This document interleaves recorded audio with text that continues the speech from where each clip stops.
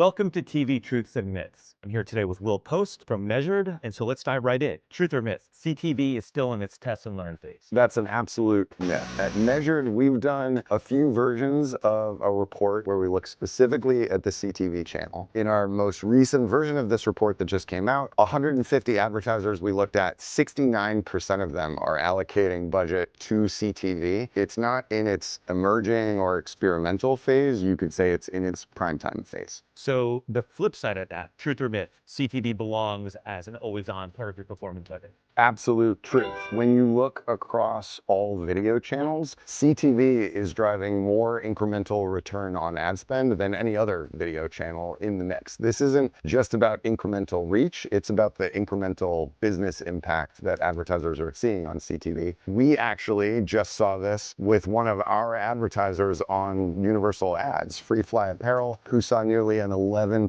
incremental order lift from the work they're doing with you all on CTV. Okay, next question. Truth or myth? We get asked this a lot. Need massive budgets to run a successful CTV campaign. This is a myth.